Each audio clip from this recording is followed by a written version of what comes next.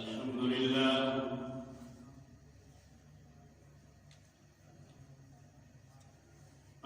لله وكفى والصلاة والسلام على سيد الرسل والصلاة والسلام على سيد الرسل وخاتم الأنبياء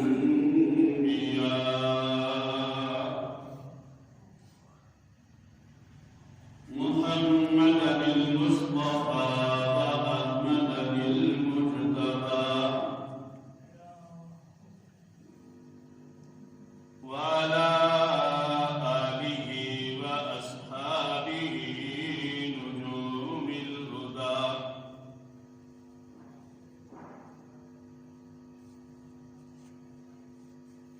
أما بعد فأعوذ بالله من الشيطان الرجيم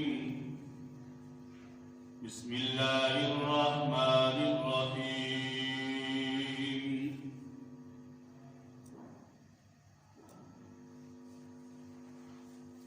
يا أيها الذين آمنوا كتب عليكم الصيام كما كتب على الذين من قبلكم لعلكم تتقون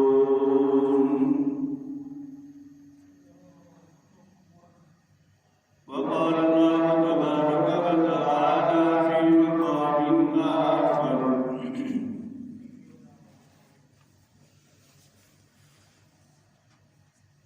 فمن شهد منكم الشهر فليصم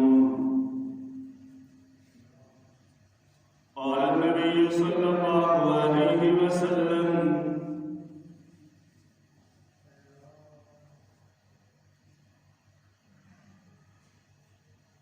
الصوم لي وأنا أجزي به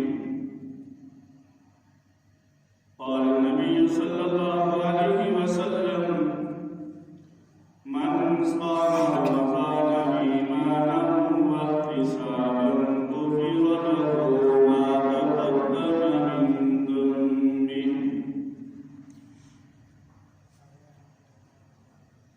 وقال رسول الله صلى الله عليه وسلم من قام رمضان إيمانا واحتسابا غفر له ما تقدم من ذنبه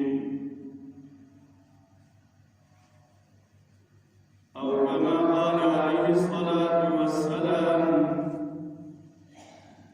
صدق الله وصدق رسوله النبي الكريم اللهم صل على محمد وعلى آل محمد كما صليت على إبراهيم وعلى آل إبراهيم إنك حميد مجيد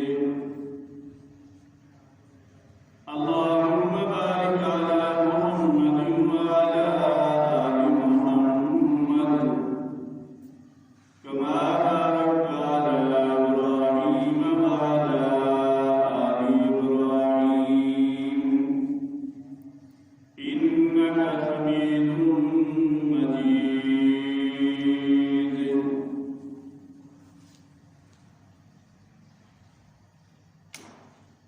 بزرگان محترم و معزز سامعین،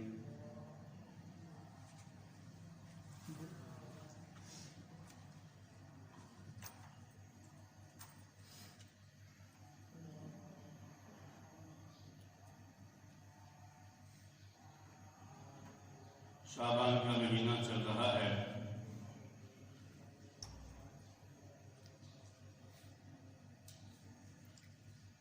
چند ہی دنوں کے بعد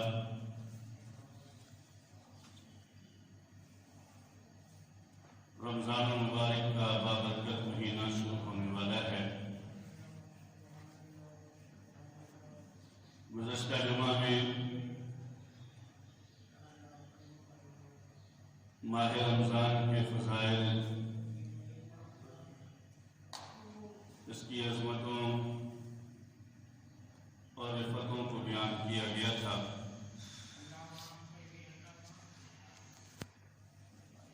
رمضان المبارک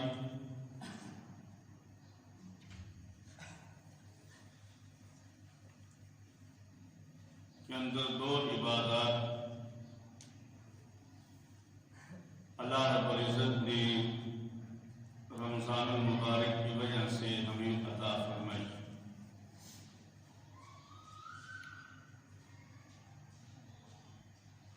نبی اکرم صلی اللہ علیہ وسلم نے ارشاد فرمایا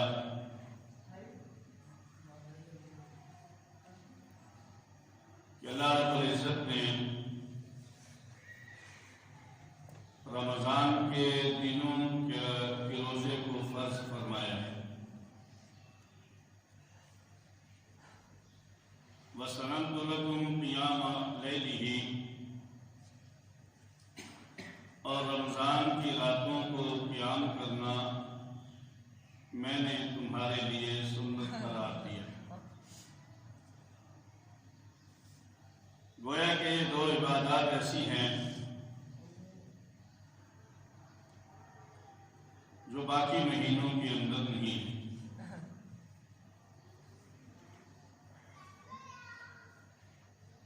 رات کی عبادت، رات کو قیام کرنا، تراویح کی نماز ادا کرنا، رات کو عبادت کرنا،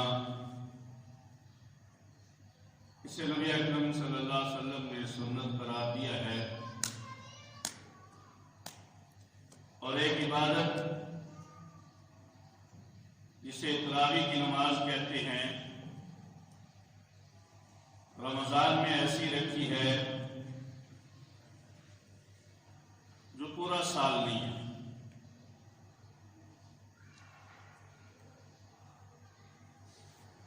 اور پھر دن کو روزہ رکھنے کا حکم فرضیت کے درجے میں ہے۔ روزہ اللہ رب العزت نے مسلمان پر فرض فرمایا ہے، اور یہ صرف ہم مسلمانوں پر ہی نہیں بلکہ پہلی امتوں پر بھی روزہ فرض رہا ہے۔ اللہ رب العزت نے ارشاد فرمایا، اعوذ باللہ من الشیطان الرجیم، بسم اللہ الرحمن الرحیم، یا ایہا الذین آمنوا کتب علیکم الصیام کما کتب علی الذین من اللہ فرماتے ہیں، اے ایمان والو، یہ وہ خطاب ہے، یہ وہ اعزاز اور عظمت کی بات ہے جو اللہ رب العزت نے قرآن مجید فرقان حمید میں ہر مسلمان کو عطا کی ہے۔ ہر مسلمان کو یہ اعزاز دیا ہے کہ خود اللہ رب العزت نے اسے خطاب کیا ہے۔ فرمایا، کتب علیکم الصیام، تم پر روزے لکھ دیے گئے ہیں، یا اس کا ترجمہ دوسرے لفظوں میں یہ کیا جاتا ہے کہ تم پر روزے فرض ہیں۔ اس فرضیت کو لکھنے کے ساتھ تشبیہ دی ہے، لکھنے کا لفظ استعمال کیا ہے۔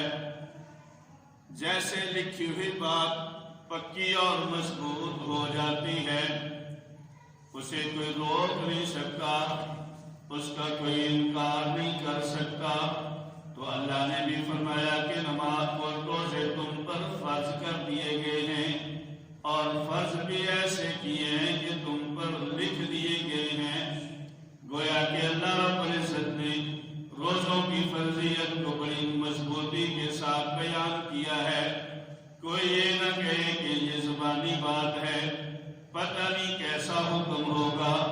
اللہ فرماتی ہے میں نے لکھ کر تم پر روزے فرض کر دیے ہیں، اس لیے روزوں کی اہمیت، روزوں کو اسلام کے بنیادی رکن میں شمار کیا گیا ہے۔ عام طور پر نماز کے بعد روزے کا حکم رکھا گیا ہے، لیکن نماز تو ہر مسلمان پر ہر دن فرض ہے، اور روزے اللہ رب العزت نے سال میں 1 مہینے رکھے ہیں، اور فرمایا کہ شہر رمضان الذی انزل فیہ القرآن ھدی للناس وبینات۔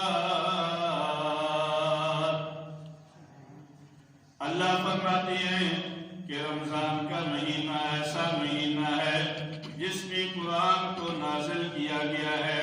صرف قرآن ہی نہیں بلکہ جتنی بھی آسمانی کتابیں ہیں وہ ساری کی ساری رمضان میں نازل کی گئی ہیں۔ ھدی للناس وبینات من الھدی والفرقان۔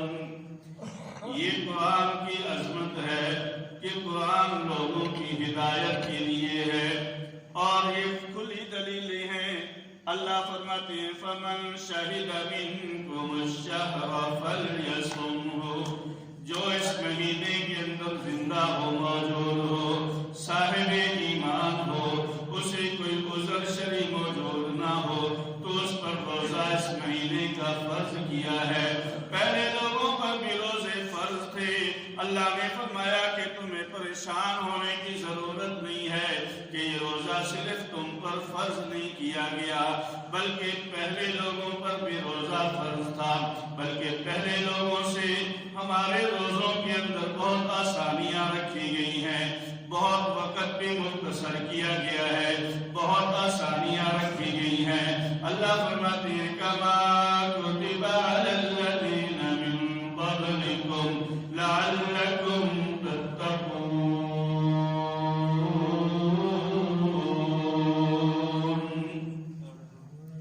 اللہ فرماتے ہیں کہ روزہ رکھنے کا مقصد یہ ہے کہ تاکہ تم تقوی اختیار کر لو، تاکہ تم پرہیزگار بن جاؤ، تاکہ تمہارے دل کے اندر اللہ کا ڈر اور خوف پیدا ہو جائے۔ جو تقوی، طہارت اور پاکیزگی روزے کے ذریعے حاصل ہوتی ہے وہ کسی اور عبادت کے ذریعے حاصل نہیں ہو سکتی۔ بہرحال روزے کے اندر اللہ نے بڑی عظمتیں رکھی ہیں، بڑی فضیلتیں بھی رکھی ہیں، اور روزے کے اندر اللہ نے بڑے مقاصد رکھے ہیں۔ سب سے بڑا مقصد یہ ہے کہ اللہ کا قرب حاصل ہوتا ہے۔ نبی اکرم صلی اللہ علیہ وسلم نے ارشاد فرمایا من صام رمضان ایمانا واحتسابا غفر له ما تقدم من ذنبه۔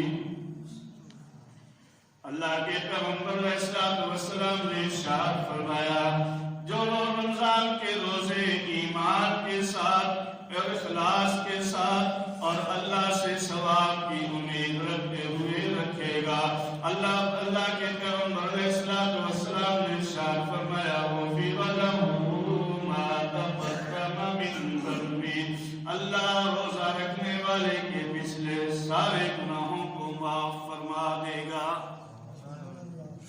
تو روزہ گناہوں کی مغفرت اور بخشش کا ذریعہ ہے، اور نبی اکرم صلی اللہ علیہ وسلم نے ارشاد فرمایا کہ روزہ دار کے لیے سمندر کی مچھلیاں بھی مغفرت کی دعا کرتی ہیں، اور سمندر کی مچھلیاں گویا کہ آخری مخلوق ہے، تو جہاں وہ مغفرت کی دعا روزہ دار کے لیے کرتی ہیں، اللہ کے فرشتے بھی اس کے لیے مغفرت کی دعا کرتے ہیں، نباتات بھی روزہ دار کے لیے مغفرت کی دعا کرتی ہیں، جمادات بھی روزہ دار کی مغفرت کے لیے دعا کرتے ہیں، حشرات الارض اور زمین پر جتنی مخلوقات ہیں ساری کی ساری مخلوقات روزہ دار کے لیے مغفرت کی دعا کرتی ہیں۔ اور نبی اکرم صلی اللہ علیہ وسلم نے ارشاد فرمایا کہ روزہ دار کی ہر دن کے اندر ایک دعا اللہ ضرور قبول فرماتے ہیں۔ تو گویا کہ روزہ دار اور روزہ رکھنا یہ دعاؤں کی قبولیت کا ذریعہ ہے۔ نبی اکرم صلی اللہ علیہ وسلم نے ارشاد فرمایا للصائم فرحتان فرحۃ عند الفطر وفرحۃ عند لقاء ربہ۔ نبی اکرم صلی اللہ علیہ وسلم نے ارشاد فرمایا کہ روزہ دار کے لیے دو خوشیاں ہیں۔ ایک خوشی تو اس کو روزہ افطار کرتے وقت ملتی ہے کہ اس کو خوشی ہوتی ہے میں نے اللہ کے حکم کو پورا کیا ہے، اور یہ بہت بڑی خوشی کی بات ہے۔ دیکھیے، آپ کو کوئی بڑا آپ کے ذمہ کام لگا دیتا ہے اور آپ اس کام کو پورا سر انجام دے لیتے ہیں اور وہ کام پایا تکمیل تک پہنچ جائے تو آپ کو خوشی ہوتی ہے، اور آپ دل کے اندر خوشی لیے ہوئے اس کے پاس جائیں گے اور اس کو اطلاع دیں گے، سر آپ کا میں نے یہ کام کر دیا۔ آپ کو بھی خوشی ہوگی اور جس نے وہ کام آپ کے ذمہ لگایا تھا وہ بھی خوش ہوگا کہ یہ میرا عزیز، یہ میرا دوست، یہ میرا بھائی بہت ہی فرما بردار ہے، جو اس کے کام ذمہ لگایا اس نے پورا کر دیا۔ تو ایسے ہی اللہ کا حکم سب سے بڑا حکم ہے، اور جب ایک مسلمان اللہ کا حکم پورا کر لیتا ہے تو فرمایا کہ جب افطار کا وقت ہوتا ہے اسے خوشی ہوتی ہے کہ میں نے اللہ کے حکم کو پورا کر دیا، اور یہ خوشی حقیقی خوشی ہے، اور اس کے برابر کی اور کوئی خوشی ہو نہیں سکتی۔ اس لیے کہ دنیا میں تو اگر کسی کا آپ کام کر دیں، ہو سکتا ہے جس کا آپ نے کام کیا ہے وہ خوشی نہ ہو سکتا ہے کہ وہ آپ کا شایان شان یا آپ کی بہتر کارکردگی اور حسن کارکردگی کا جتنا بدلہ دینا چاہتا ہے، جتنا انعام دینا چاہتا ہے، اس کے پاس اتنے انعام کا اختیار ہی نہ ہو، یا وہ دے ہی نہ سکتا ہو۔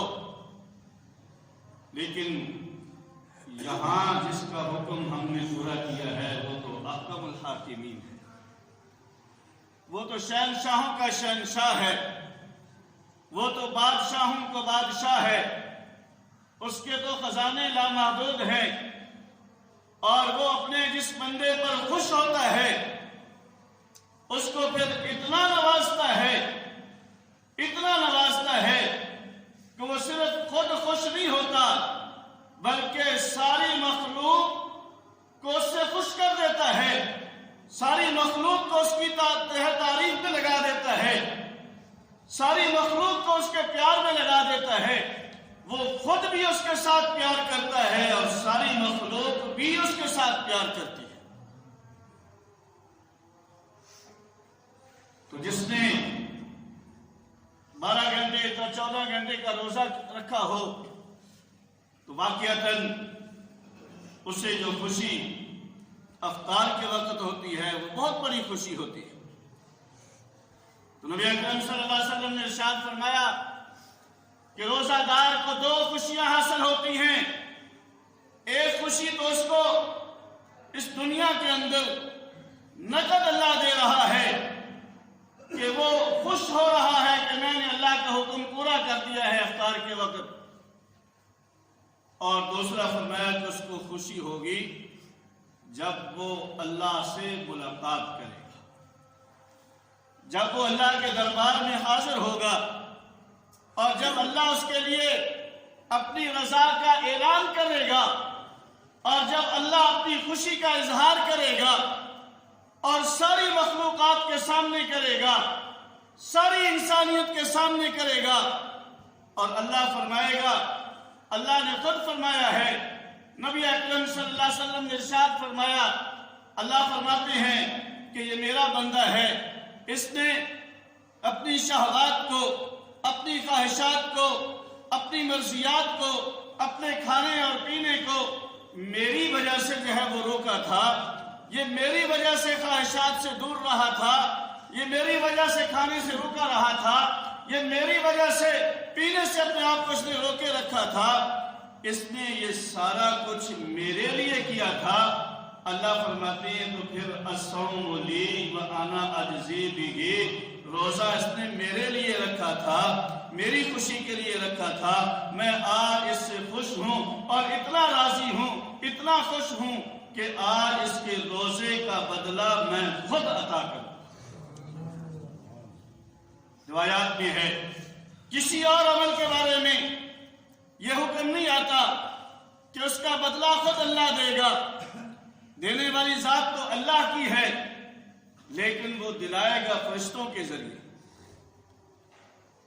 اب دیکھیے، اگر کوئی بادشاہ خیرات کر رہا ہو، اپنی رعایا میں چیزیں تقسیم کر رہا ہو، اور وہ اپنے کارندوں کے ذریعے، اپنے ملازمین کے ذریعے اپنی رعایا میں چیزیں تقسیم کر رہا ہو، تو سارے خوش ہوتے ہیں کہ جی ہمارا خیال کیا ہے، اپنی رعایا کا خیال رکھا ہے، اپنے ماتحتوں کا خیال کرتا ہے۔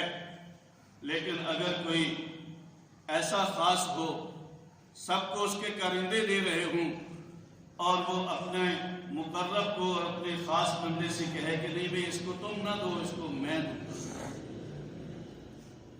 اس کی خوشی کی کتنی انتہا ہوگی، وہ کتنا خوش ہوگا، اور دیکھنے والے کتنا اس پر حسرت کریں گے، اور کتنا اس کے لیے خوشی کا دل کے اندر اظہار کریں گے، اور اس کا مقام اور مرتبہ لوگوں کے اندر کتنا بڑھ جائے گا۔ ہر ایک یہ کہے گا دیکھو یہ وہ ہے جو بادشاہ کا خاص ہے، جو وزیر اعظم کا مقرب ہے، جو وزیر اعظم کا خاص ہے، اس کو صدر صاحب نے اپنے ہاتھ سے انعام سے نوازا ہے، اور جسے قیامت کے دن اللہ خود نوازے، اس کے عزت، مقام اور مرتبے کی کیا بلندی ہوگی۔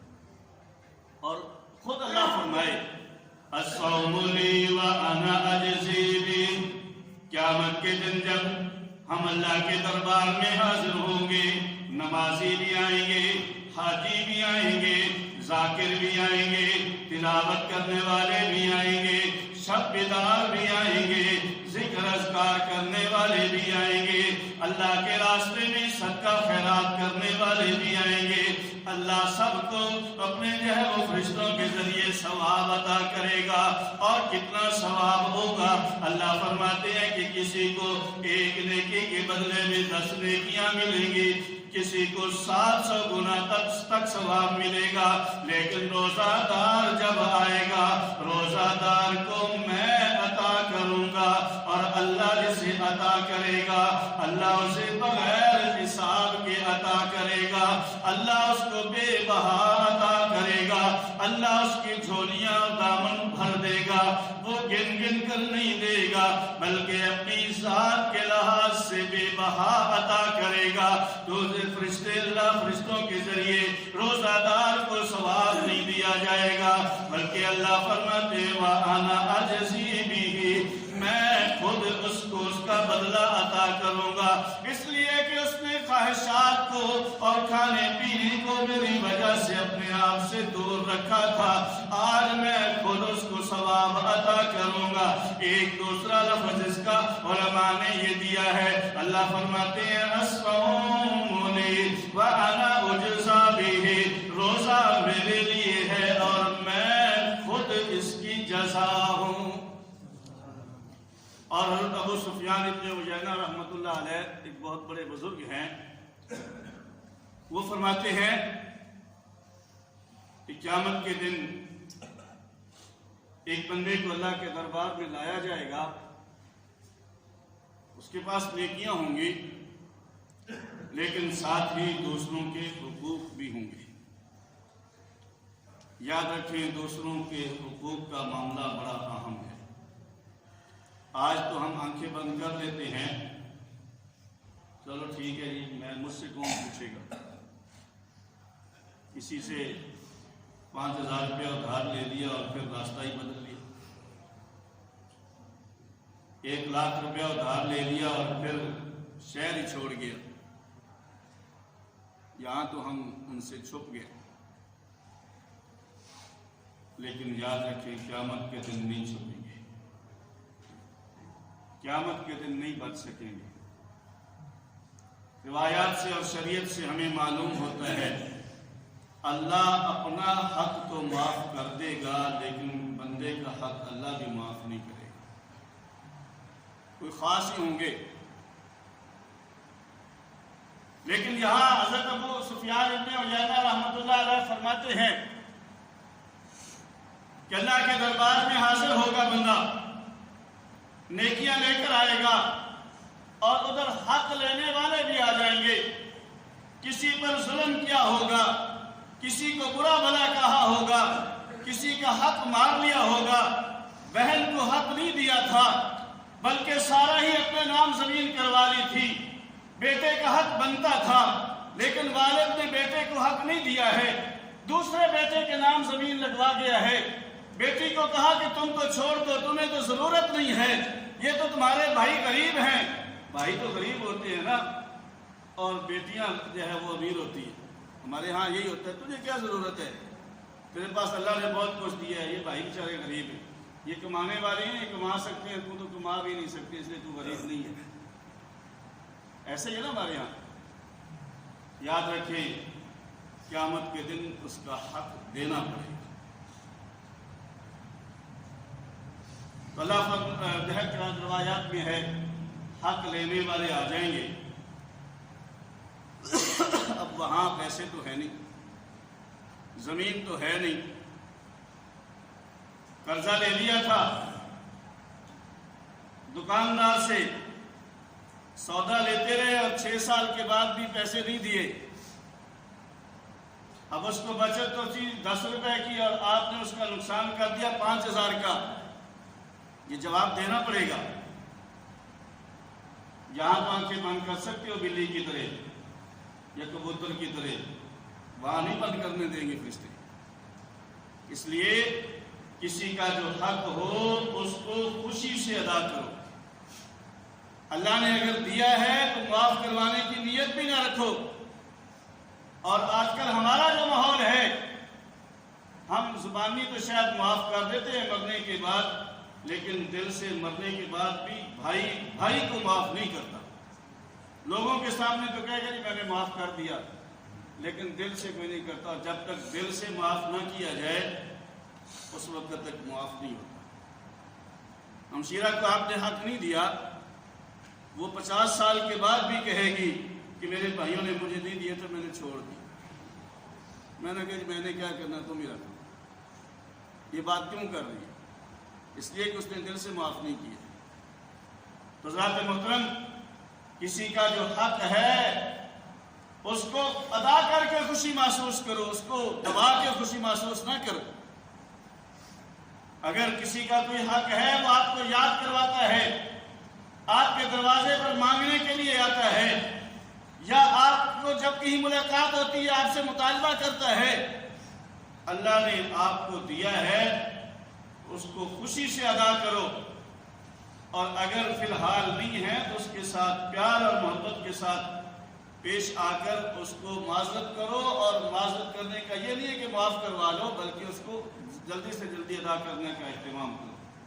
اور یاد رکھیں، نبی اکرم صلی اللہ علیہ وسلم کا ارشاد گرامی ہے کہ جو کسی کا سے لے کر اس کو مارنے کا ذہن رکھتا ہے، نیت ہی یہ ہے کہ دینا نہیں ہے، جیسے آج ہمارا 99% لوگوں کا جو ہے وہ ذہن ہوتا ہے.